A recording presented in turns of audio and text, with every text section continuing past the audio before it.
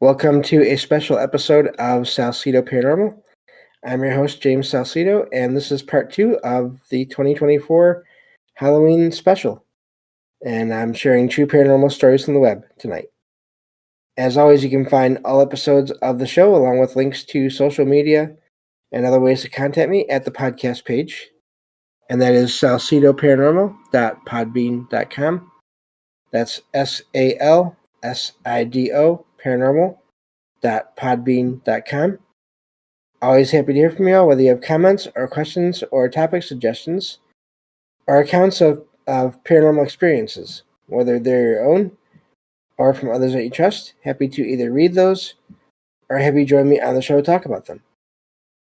Thank you all for listening, whether you are here for the live streams on Discord or if you listen to the podcast or YouTube feeds or on the Trouble Minds Radio Network, KUAP Digital Broadcasting. There you can hear replays of 2 episodes of my show every night at 6 p.m. Pacific, 9 p.m. Eastern, right before Trouble Minds Radio comes on. And as always, I want to thank Michael Strange, host of Trouble Minds Radio, for having me on the network and putting my shows up there. If you'd like to support my show, you can share the show with others and rate and review it on your favorite podcast platform. You can also find books I've written over on Amazon, paranormal fiction and nonfiction, including my most recent release, Salsido Paranormal Experiences.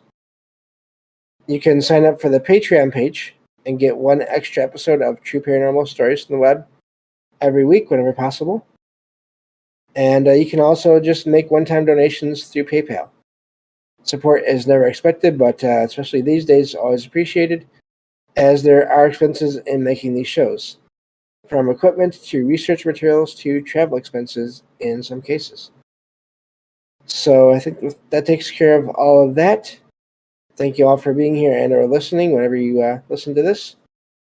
And this is to sort of a mini-series to celebrate the 4-year anniversary of this podcast. I wanted to, there's a couple of reasons I made the launch date Halloween, partly because of course, I love the time of year, but also I wanted something that'd be easy to remember every year when I got to that point in time, that I would not forget, because I can be forgetful when it comes to dates and times and all those things. So I needed something that I would not easily forget. And let's get to these true stories here. So, let's see. Back to my show document here. Okay. And this one says, I grew up in a calm area in a terraced house and often slept anxiously as a child, frequently experiencing nightmares and sleep paralysis. During these episodes, I would wake up and see a faceless, shadowy entity somewhere in my room. At around ages 9 to 12, I moved into a basement room. I can't talk tonight. That had a connecting room with a window between them. Day or night, whenever the adjacent room was dark, I could make out a shadowy figure of a man standing. Standing just. I lost my spot. Standing there. There we go. Looking at me. The figure had no distinct facial features or clothing, just a silhouette. I recorded a video one time with a webcam where a small chair out of reach was pushed unexpectedly. I heard the noise but didn't realize what had happened until reviewing the footage. As an adult, now 25, I have discussed these experiences with my parents, who have admitted to witnessing similar strange phenomena, including a sense of being watched in the basement and the urge to hurry when walking up the basement stairs. Friends of the family also reported hearing and seeing something moving in dark rooms at night. So the experiences weren't limited to my immediate family. Despite the strange experiences, I never felt afraid of the shadowy figure or silhouette, and even thought it might be a protective presence.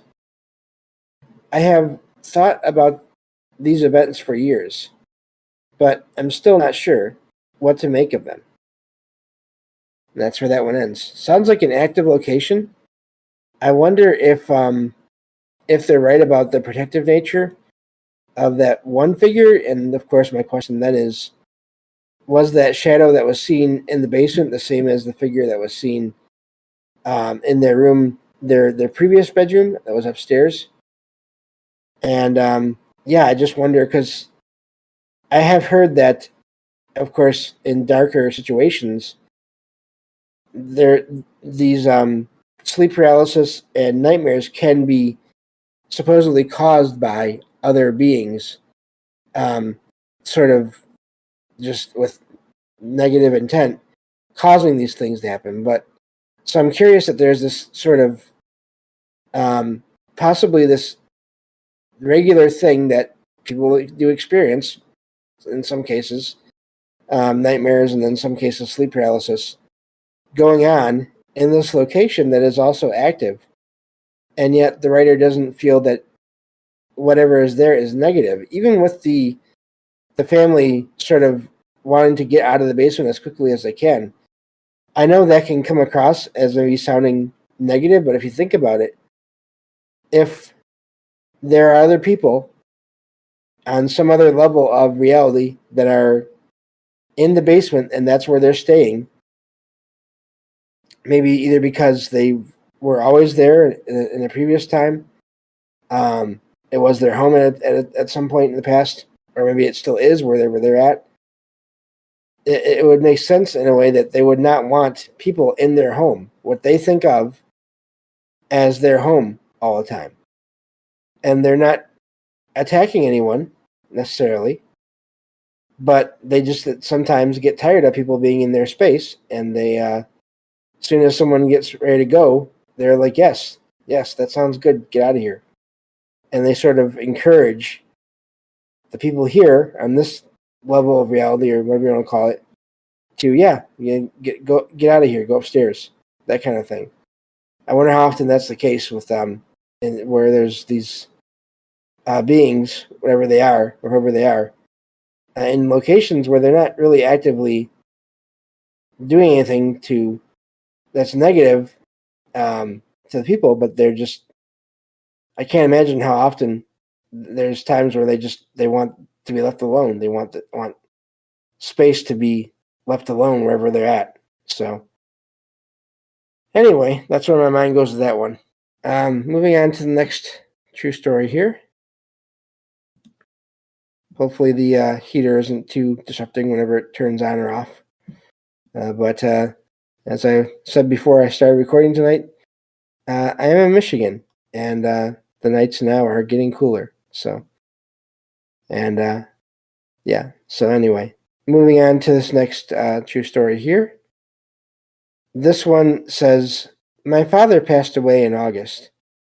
15 days after that, I was lying in bed, thinking about him. At 3:30 a.m., the doorbell suddenly rang, startling me. I sent my husband to check the door while I looked out the window, but no one was there.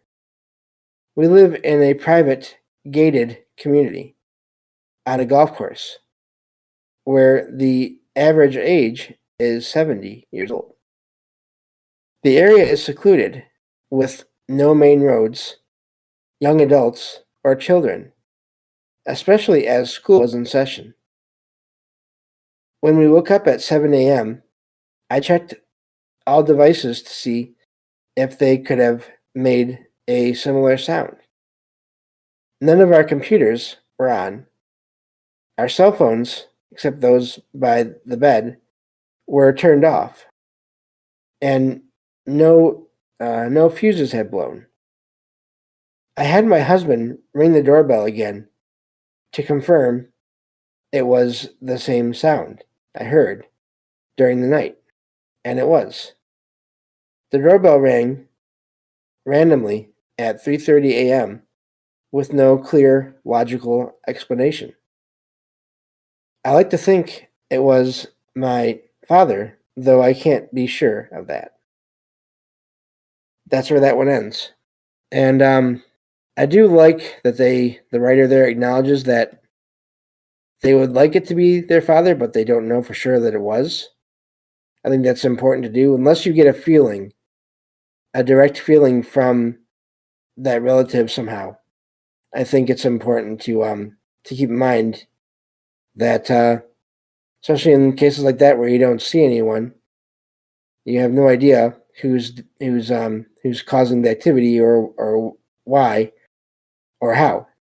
And I have heard of in some cases where after someone passes in a family, there's activity, but it's not always attributed to the person that passed away. Sometimes it's just random activity that seems to pop up. And I think some of that could be people's own energy sort of being random because they're going through, of course, a rough time with the passing of someone, especially if it's unexpected. Even if it is expected, I'm wondering, that doesn't say in the post here, but they mentioned that the average age of the people there in that neighborhood was around 70. So if they were close to that age, anywhere near that age, and then their father passed, maybe it wasn't even unexpected so much. It's just that it happened, but still, I think even when it is, you're sort of trying to get ready for it. Even after it happens, it seems like there's still activity, and I don't know for sure why or how. And in some cases, people do get the sense that it is the person that had passed on. So, but then other cases they don't. And so, yeah, I'm just I appreciate that the writer there's points out that they like to think it was their father, but they don't know for sure. So, hopefully, though, that's the last of the activity that they have to deal with, or at least unless they have more, they're able to get a clearer sense of who it is. And if it's their father, then hopefully it's a good experience. But moving on to the next one here. Let's see. Gotta scroll down. Okay. This one says, this happened in 2010 when my wife and I lived in a cabin built in 1902 in a wooded old part of Connecticut. One night, while home alone with our two cats, it was snowing outside, and my wife was still at work, expected to return after midnight.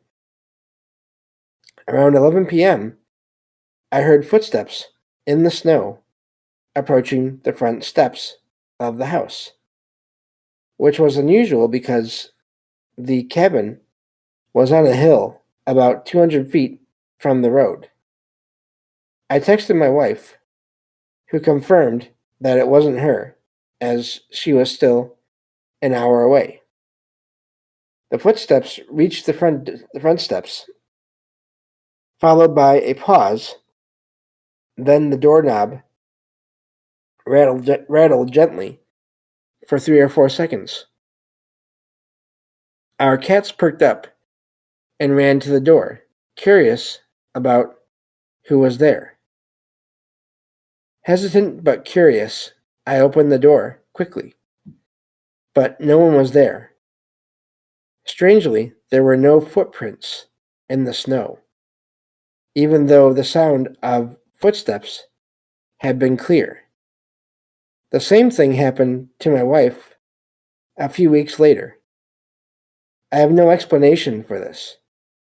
It is one of the creepiest things I have ever experienced. And that's where that one ends. I'm wondering about, again, a house that's that old, over a century, 100 years old at this point now. Um, if it was a previous owner, whether it was the residual energy somehow, uh, going through those motions. I'm curious.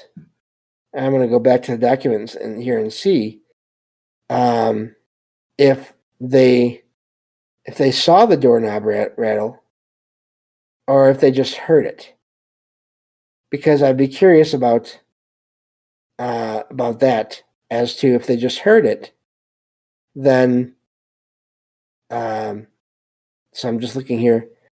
So it says that the doorknob rattled. So I don't know. They don't say if they saw it or if they just heard it. Either way, I could still see it being maybe a residual recording of someone coming to what was their home at a time. Of course, there's always the possibility of time anomalies. I had that experience years ago where I was in the laundry room in the apartment complex clubhouse, and I heard someone walking up the ramp to the door of the laundry room, and the sounds of wheels, like a cart being pulled. And someone, a woman, said hello, very happy, very cheerful, and then all of a sudden there was a bump, and it made the door shake. And then nothing, no sounds of the cart rolling back, no sounds of anyone sounding like they had bumped into anything to where they were surprised or anything like that. No, nothing. And I just had a feeling, and I went to the door because I was right next to it, and I opened it, and of course there was nothing there, no one there. You would think if someone had somehow, I don't know, thought that they could just open the door and it didn't work and they just bumped into it, they would be there still. I also wonder if it was some kind of a weird time anomaly where to them it looked like the door was open. I really wonder, and I'm just thinking about this now, did they run into or bump into something that to them was invisible somehow and then step back, and I only caught the part where they were walking up to the door, but then everything else happened wherever they were, whenever they were at in time. And they have this weird story about how they were walking into the laundry room, who knows, possibly saying hello to a friend that was in there at that time, whatever time that was, and the door was open in their time, and yet they ran into this invisible solid barrier that felt like a door and stepped back because they had no idea what was going on. I'm really curious about that. No way to know that for sure, obviously, but it's good. It's good to I think, to review experiences that you have, because I hadn't thought about that possibility until just now with that experience. Just talking these things through. That's why I like doing these shows, for that reason. But yeah, so amazing account there, especially with the snow. Now I'm hearing the footsteps, but then not finding any prints in the snow. That's amazing in a way. So, I mean, I don't know if there's a way anyone could physically do that. I have no idea. But then having it happen a couple of times too, that's also makes me wonder about some kind of a residual thing, sounds and all that kind of stuff. So, but yeah, I have no idea with that one, of course. But yeah, let me see here. Let me move on to the next story here. I think we can get in one more before we have to stop for this episode. And let's see. Okay. This one says, about a month ago, I was driving a rental vehicle to work. During the entire drive, I had a strong feeling that someone was sitting in the back passenger seat. Sometimes I would catch a glimpse of a silhouette in the seat, but couldn't make out any distinct features. Every time I turned my head to look, the figure would disappear. The feeling of presence went away as soon as I got to work, and I continued with my day. 3 or 4 hours later, I got a message saying that my grandfather had passed away. I believe this encounter may have been my grandfather saying goodbye. This was not the first time I have had a paranormal encounter. Has anyone here had similar experiences? And that's where that one ends. So that is, I mean, of course, it's sad that they lost their grandfather, but it wouldn't surprise me if if they, if they were there somehow. And yeah, I don't know. It's yeah. Looking at the chat here regarding my experience with the laundry room and everything, it makes sense coming from a person who walks into everything and trips upstairs. But yeah, so yeah, I don't know what that laundry room story. I still don't know, but it was clear as day. It's not like it was a sound I could have mistaken anything for. And then it shook the door. I saw the door shake and heard the door shake. But anyway, going back to this one I just read here, um, so many accounts of maybe I should do a show on that. Might be worth it. Do a another one of those shows I did, like the ones I did on elevators and gas stations. The the the uh, the idea of passengers in vehicles that are there for a time and then vanish.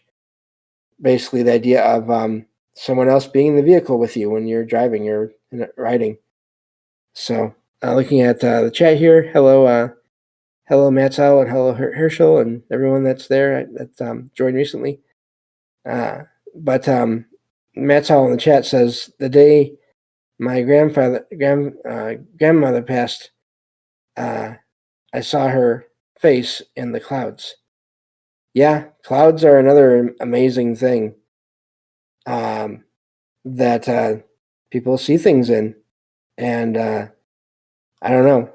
I don't doubt it. So it really is. I think the weirdest thing I ever heard of with clouds.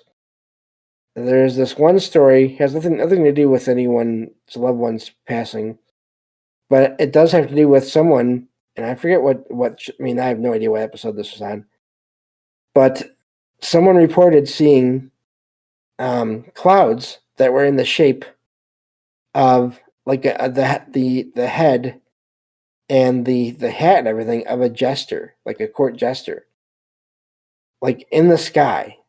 And of course, that's like sort of a complicated shape. That's not just like I don't know. I still don't know what to make of that story that I shared in the show quite a while ago. Ricky in the chat says my mom saw my great grandma at the hospital when my grandfather was having aneurysm surgery. Oh wow, yeah, yep. That's yeah. That's they do come by, and yeah, it's really it's what I always wonder is how that works and how some are able to visit sometimes and some are not, and the mechanics of when they can visit and how they visit and all of that. Of course, we have no idea, but yeah, that's all the time we have for this episode. Thank you all for being here and listening. And she'd been gone for over a decade too. Wow. But thank you all for being here, and I'll talk to you all next time on Salsido Paranormal. Take care.